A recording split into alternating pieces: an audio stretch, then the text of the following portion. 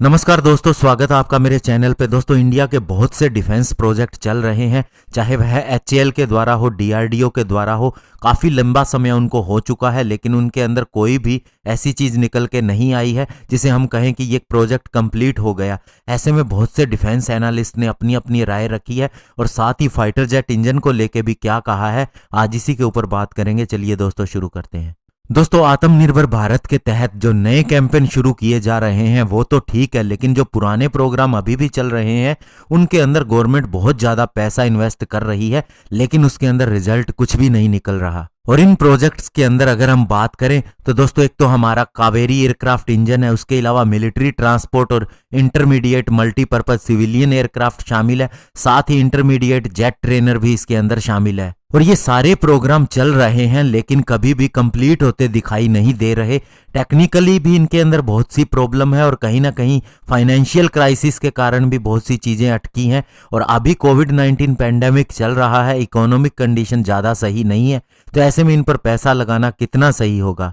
इसके अलावा assault rifle, सब मशीन गन, स्नाइपर राइफल, इनके ऊपर भी बहुत ज़्यादा काम हुआ है, पैसा वेस्ट हुआ है, निकल के कुछ नहीं आया। लेकिन दोस्तों, ये इनकी राय है अभी जो प्राइवेट कंपनीज कर रही हैं। और इसके अलावा और भी हमारी डीआरडीओ ने भी एक राइफल तैयार की है, तो ये ज़रूर सफल होंगी। इसके लिए हम डायरेक्टली नहीं कह सकते कि ये प्रोजेक्ट फेल हुए हैं। दोस्तों, अभी हम बात करते हैं कावेरी इंजन की, जिससे 34 ईयर हो चुके हैं। 1986 के अंदर डीआरडीओ की गैस टरबाइन रिसर्च एस्टेब्लिशमेंट ने बेंगलोर में Kaveri after burning turbofan engine project को लॉन्च किया था। और इसका उस समय मकसद ये था कि इसे लाइट कॉम्बैट एयरक्राफ्ट को पावर देने के लिए इस्तेमाल किया जाएगा। लेकिन 3 साल के बाद भी दोस्तों, मिनिस्ट्री ऑफ डिफेंस ने इसे पूरे एक फुल स्केल डेवलपमेंट के लिए 93 मंथ का एक समय दिया और साथ ही 3.82 बिलियन की फंडिंग भी की इस प्रोग्राम के लिए, और इसे फिर पूरी तरह से शुरू किया गया। और दोस्तों, मिड 2004 के अंदर इसके रशिया के अंदर टेस्ट हुए, तो ये हमें डिजायर्ड थ्रस्ट देने में नाकामयाब रहा।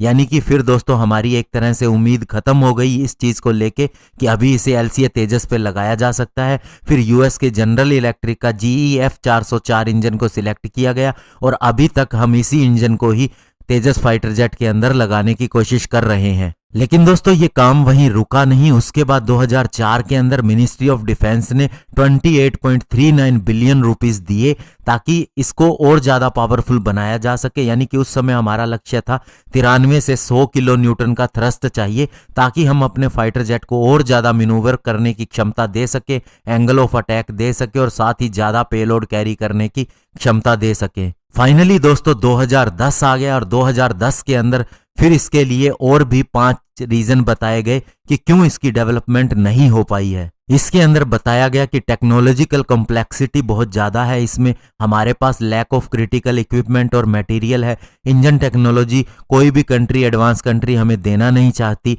इसके अलावा हमारे पास डोमेस्टिक टेस्टिंग फैसिलिटी भी नहीं है और सबसे बड़ी बात, हमारे पास स्किल्ड और स्पेशलाइज्ड मैन पावर भी नहीं है। लेकिन दोस्तों, डीआरडीओ यही नहीं रुका, उसने इस इंजन के ऊपर काम जारी रखा। ठीक है, हम उतनी पावरफुल इंजन नहीं बना सके, लेकिन एटलीस्ट हमने इंजन तो बना ही लिया था। तो ऐसे में दोस्तों, इस कावेरी इंजन के वर्जन का इस्तेमाल बहुत सी चीज़ों में होने लगा। टैंक को पावर देने के लिए, रेलवे लोकोमोटिव में, नेवल शिप्स के अंदर, और इसके अलावा हमारा अंडर डेवलपमेंट घातक अनमैन्ड कॉम्बैट एरियल व्हीकल के अंदर भी इसी का इस्तेमाल किया जा रहा है। 2016 के अंदर दोस्तों, फ्रांस की इंजन मेकर स्नेकमा ने हमें असिस्ट करने की बात कही। इसके ऊपर भी काफ़ी लंबा समय तक काम किया गया, लेकिन फाइनली दोस्तों, इसके अंदर भी कोई रिजल्ट नहीं निकला। लेकिन दोस्तों, जो लोग ये कह रहे हैं कि इस प्रोजेक्ट को रोक देना चाहिए, तो दोस्तों बताना चाहूँगा कि इससे पहले भी ऐसी बातें हो चुकी हैं। लेकिन अगर ऐसा सुन के डीआरडीओ रुकी होती तो शायद इतनी चीज़ों के अंदर हम इस इंजन का इस्तेमाल नहीं कर पा रहे होते। इसके अलावा दोस्तों, अभी हमें फाइनली टेक्नोलॉजी भी मिलेगी और दूसरा, अभी जिस तरह से काम कर रही है भारत सरकार और पैसा दे रही है, बहुत सी चीज़ें शुरू हो चुकी हैं। पिछले 5 साल पहले अगर आप किसी कंपनी की सर्च करते इंडिया के अंदर डिफेंस से रिलेटिंग, तो उसके अंदर इतनी ज़्यादा कंपनीज का नाम नहीं आता था। लेकिन अभी एक बहुत बड़ा इकोसिस्टम बन चुका है। तो ऐसे में सभी देशों को भी पता है कि हमारी ज़रूरत क्या है, तभी दोस्तों हमने MMRC अभी रोक के रखा हुआ है। तो ये अब दोस्तों एक बात भी आई थी कि हम एक जॉइंटली नेक्स्ट जनरेशन का फाइटर एयरक्राफ्ट इंजन बनाएंगे और उसी के लिए डीआरडीओ अभी काम भी कर रहा है। अभी हमारे पास टेस्टिंग फैसिलिटी भी है, हमें दूसरे देश में जाने की ज़रूरत नहीं है। तो आप देखिएगा कि ये इंजन भी बन के रहेगा, इसके अंदर कोई दो राय नहीं है। धन्यवाद, जय हिंद।